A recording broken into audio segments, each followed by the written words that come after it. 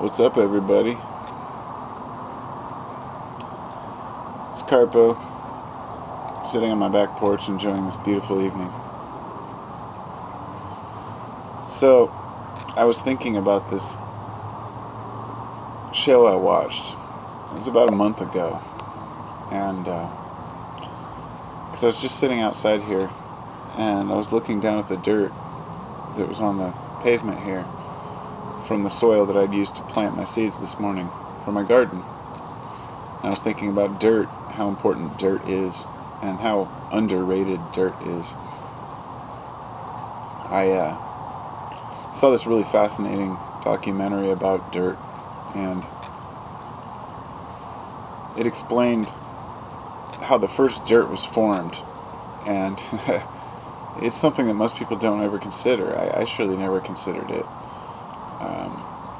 You just assume, well, rocks rub together and create sand. Sure, they do, but organic debris is required for dirt. So, how did the first organic debris come to be? And what they found out, this is, of course, it's theoretical, of course, but it makes a lot of sense, and it came from experiments and research done on an area that was very recent in volcanic activity and didn't have any plant life for a long time. And in order for plants to take hold, for seeds to take hold, they need nutrients, they need soil, so they need more than just rocks.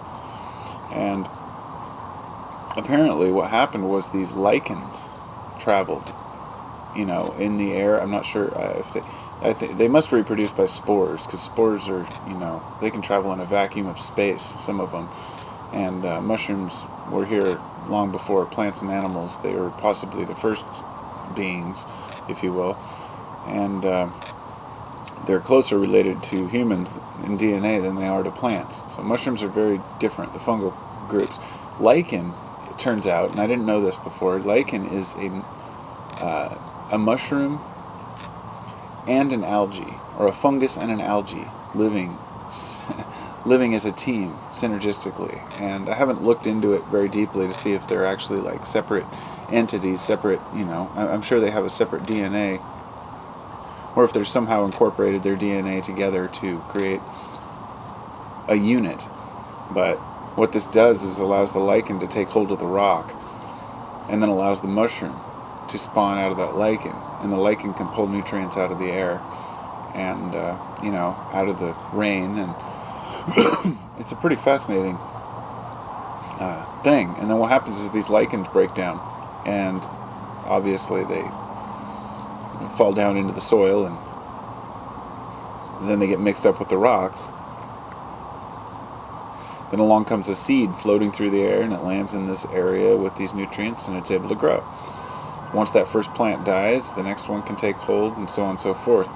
They found one area where, in that volcanic activity where this was actually taking place. It was a pretty interesting realization. So I just wanted to share that with everybody. Peace out.